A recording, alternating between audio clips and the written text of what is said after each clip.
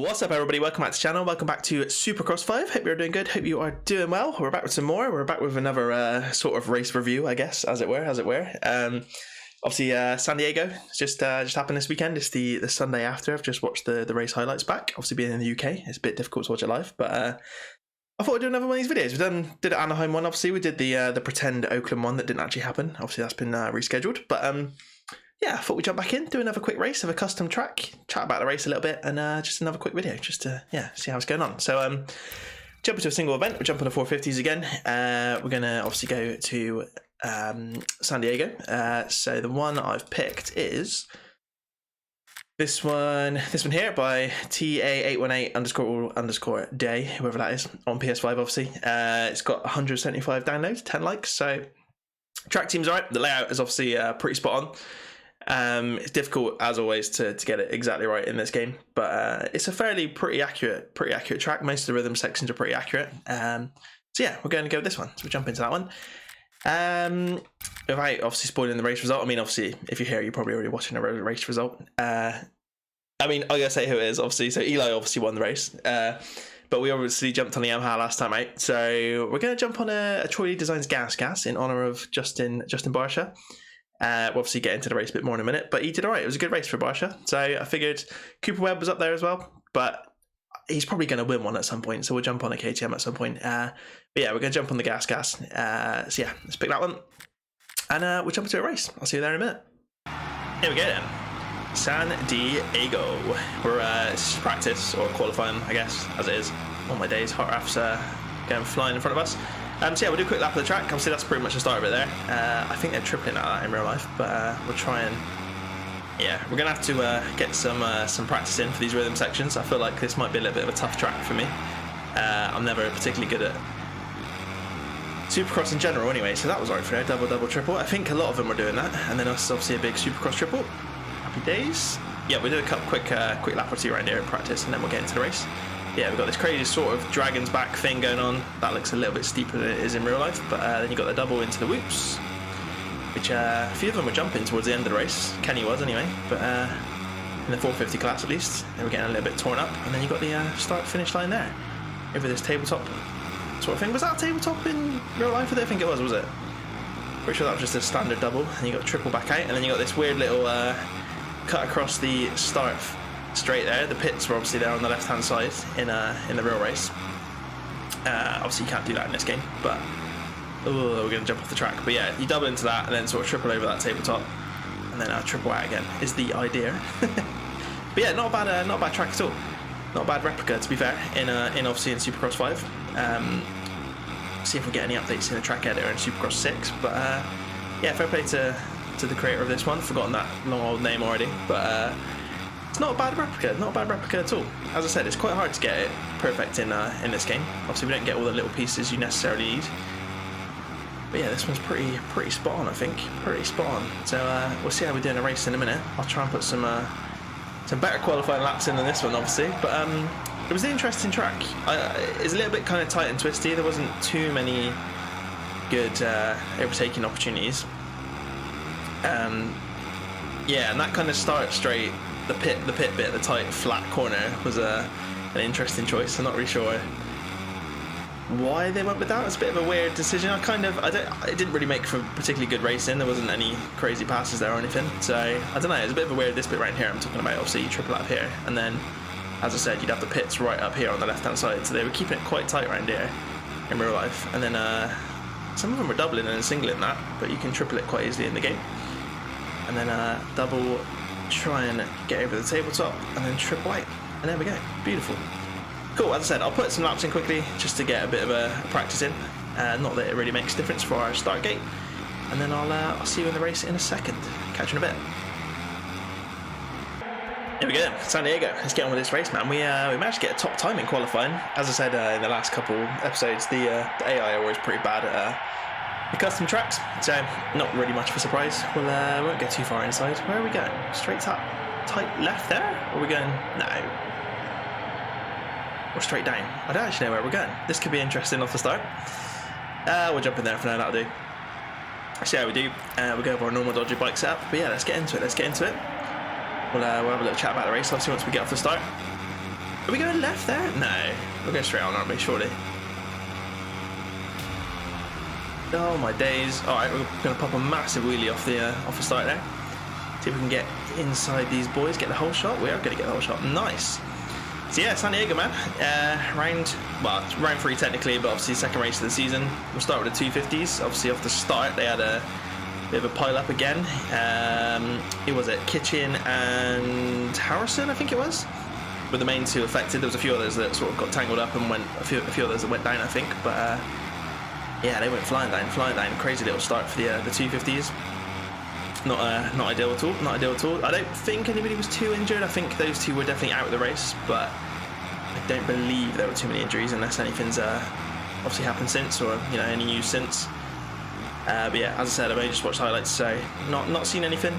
But yeah, and then after that, I mean, pretty similar race to Anaheim, to be honest. Jet Lawrence obviously took the win. Oh, don't hit us up blocks. Ooh. Took the win by a feral margin in the end. McAdoo sort of started pushing towards him, sort of at the first third of the race, but yeah, towards the end, Jet was like, it was like 5 seconds on it or something. He was a long way out in front by the end of it. McAdoo and Hampshire were obviously battling out. Hampshire ended up getting past McAdoo, I think, in the end. So it was a Jet P1, Hampshire P2, and then McAdoo P3, I think it was. Fairly sort of nothing special race, really. As I said, Jet was out front, really leading the way. There was a little battle between McAdoo and Hampshire, but nothing too crazy. Yeah, that's pretty much all there was to write home about, really. I think Pearson Brown was doing all right. A few other boys, obviously, top 5 were, the people you'd expect to be there, really. But I don't really know if anyone's gonna have anything for Jet Lawrence, to be honest, this year. He's just so much quicker, he's so much smoother, so much more chill. I don't know, just seems to be absolutely annihilating everybody. So hopefully someone comes to battle him. I don't want him to get injured or anything. You never want to see it get exciting like that. That's obviously not what we want. We want someone to step up and battle him. I mean, it might have been Faulkner, but obviously Faulkner's out for the season now, so have to see how we do in the 250 West. But yeah, that's pretty much it for the 250s. 450s. It's a fairly not chaotic start, but they all sort of came piling into turn one pretty hefty as usual. I think Nichols won it. Colt Nichols got the whole shot, and Adam Sansarillo was not far behind him at all. Obviously, then took over the lead after the first couple corners. It was nice to see. I think I said in the last video, Anaheim video, he needs to kind of put some results in this year. Really, obviously he's had a year out with injury. I'm messing up all these rhythm sections, but so yeah, I mean, he started out alright. He was obviously up there leading for a little bit. You could tell he was kind of holding Webb and Eli up after a while, but I mean, not a bad start. I think he dropped all the way back to like 7th or 8th by the end of it, but not a bad start for Sansarillo, I suppose. Not a bad start at all. Yeah, he was obviously leading for a bit. Cooper Webb was obviously P2, and Eli made his way through to P3. Eli Tomac, obviously. And that was kind of that for a little bit, and then Eli came through on both of them. And I was going to say there was a battle, sort of a bit of a battle between Eli and Webb, but there wasn't really. It was Tomac and Tomac just getting past everybody pretty quickly. Didn't last very long at all. And then he was out front for the majority of the race. I mean, towards the end there was a bit of Webb catching him up, but I think it's probably just Eli closing off the throttle a little bit. And obviously Eli was on fire again. Again, another weird stat.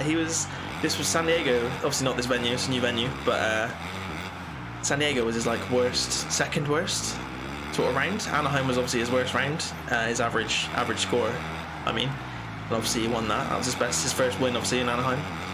And yeah, this is obviously his best result in San Diego as well, which is quite funny. So if he's doing good at his bad tracks this year, then I don't know what hope anybody's got for the rest of the season. We'll have to wait and see. But yeah, he was out front for most of the race. Malcolm Stewart, Mookie, decent night, decent heats, decent times. Was doing well, and then it all just turned into an absolute shambles during the race. I don't know, man. He just seems to make too many mistakes during the races. I don't know if it's just luck that he hasn't got any, or I don't know. But came over either a double or a triple or something, and just landed straight on a load of tough blocks, went flying down. He did get back on and obviously keep going, but at that point he was already pretty far back, and then I think he went down in the whoops, or at the end of the whoops, the back end came swinging around on him, and yeah, went down again, and then he was sort of riding around with no front number plate at one point. So a night to not remember for Malcolm Stewart. I don't know. I wanted to get this win really bad, man. He's a cool dude, but I don't know. He's not helping himself. Not helping himself. Just silly little mistakes on the night, on the main event. We'll see. We'll see. We'll see how he does for the rest of the season. What else happened? Obviously, this man. This is the reason we picked this man. I was going to pick Cooper Webb, but I think we're obviously not actually Barsha. We're obviously Dougie Decker, but this is why I'm on a GasGas because of Justin Barsha. I was going to pick KTM for Cooper Webb because obviously he was P2, and obviously we were on the Yamaha last time out. But I think Cooper's going to get a win at some point, so we'll jump on the KTM when he gets a win. But yeah, Barsha, good result, man. Podium, not bad at all. Not bad at all. Couple sort of battles with it with a few people. He obviously off the fairly early on in the race, he had a little sort of battle with Chase Sexton on the Honda. He didn't take him out. I mean, they were just battling, and Chase went down. I don't think it wasn't a really bad move by Barsha at all. It was just a little knock. We all know Barsha loves a bit of a battle, but I don't think it was anything particularly bad. Nothing compared to other stuff he's done. So I like Barsha anyway. He's fun. He's a fun character, man. You got to have people like him in the sport, otherwise it'd be boring, wouldn't it? So dude, we are ruining these boys on these whoops. They are a huge mind, which is pretty accurate compared to the race, to be honest. They were causing some people some issues towards the end. Oh god. Yeah, Barsha did alright, mate. Did alright. He had a little he had to fend off Kenny for the majority of the race. Obviously Kenny ended up P4 I think in the end on the Suzuki. But yeah, Barsha fended him off for most of the race. They had a little battle themselves, pretty clean battle. Kenny nearly went off the track in the whoop section when they were kind of side by side, but it wasn't, you know, nothing aggressive by anybody. Nice little battle, pretty tidy.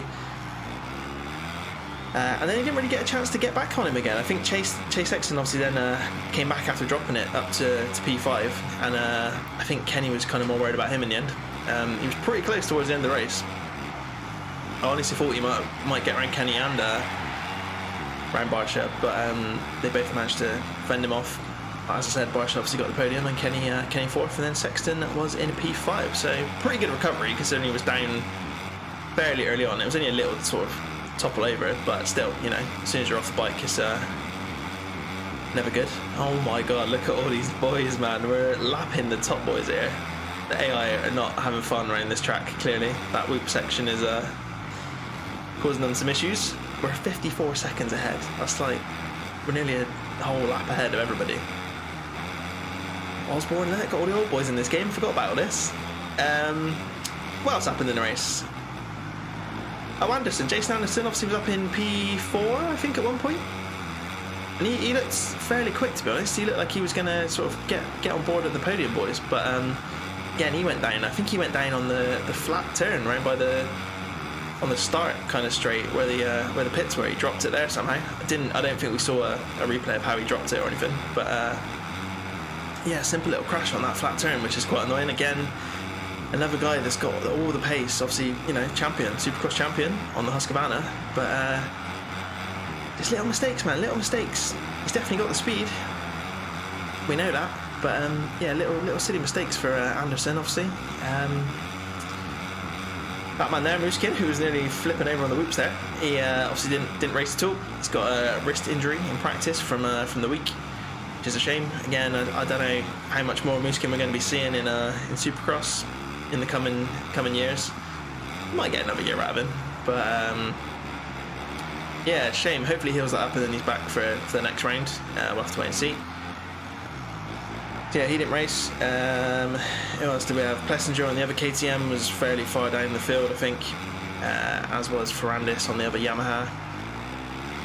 And we did have two Suzukis in the mix, or three, well, another two, as well as Kenny, obviously. Chisholm and whoever else is on it, the name I've completely forgotten, but they were obviously miles down, getting lapped. Dean Wilson was pretty far down on his Honda as well. The only UK man in the in the mix, but yeah, he was fairly far off the pace. But that's pretty much it. I mean, at the moment, Eli is obviously on fire, so I don't know, man. Webb looks like anyone that could take it to him. I say take it to him, but at least stick sort of with him in P2 at the moment. He looks like the only one that can do it consistently. It's only been 2 races. I think Sexton will get back up there. Hopefully he gets a bit better luck. But yeah, I don't know. That was pretty much it. It was a good race though. There was a good couple battles. A little bit more exciting than Anaheim, I thought anyway. Obviously not for the win, but I mean it was the same in Anaheim. Obviously Tomac was miles ahead in Anaheim, so yeah. But yeah, not a bad round, not a bad round. We'll see what we get with our next round. But coming up onto the final lap, obviously now we're obviously miles ahead of everybody, which is quite nice for a change. Oh, Eli's gone down on his Cowie in front of us. Ooh. Yeah, good track. Check it out if you're playing Supercross 5. This obviously is on PS5, but I'm pretty sure the tracks are cross-platform now, possibly. And if they're not, I'm sure someone's made it on Xbox and PC, I expect. But yeah, not a bad track. Whoever made this one, it's good. Good effort. Good effort. Also keep doing these. Hopefully you guys are enjoying them. We did do a career mode episode as well, so go check that out if you missed it. I don't know if it got quite as many views as these ones, so maybe you guys aren't as interested in career mode, which is perfectly fine. We'll keep doing these race review kind of videos, and while we wait for Supercross 6 to come out. And there we go. Cheeky little whip across the finish line, San Diego. Nice little win for Doggy Decker. I know it's not fair against the AI on these custom tracks. They're pretty terrible on these custom tracks, but yeah, not bad. Yeah, good race. So we'll do this again next time out. I probably will miss a few of these in a couple of weeks because I'm actually going to be away, so I won't be able to record anything for 2 rounds probably, or maybe just 1 round actually. But yeah, I'll be away, so there won't be any sort of race review videos. I might try and do something else just to put out during that time, but we'll see how we go. Hopefully you guys enjoyed. If you did, make sure you leave some comments down below. Let me know what you think. Let me know what you thought of the race. Who are you going for in the championship? 250s and the 450s, obviously. But yeah, give it a thumbs up if you enjoyed it. Make sure you subscribe to the channel. We're on our way to 1,000 subscribers. We'd very much appreciate it if you could subscribe. And I'll catch you next time for some more Supercross. See you then. Cheers, guys. Bye.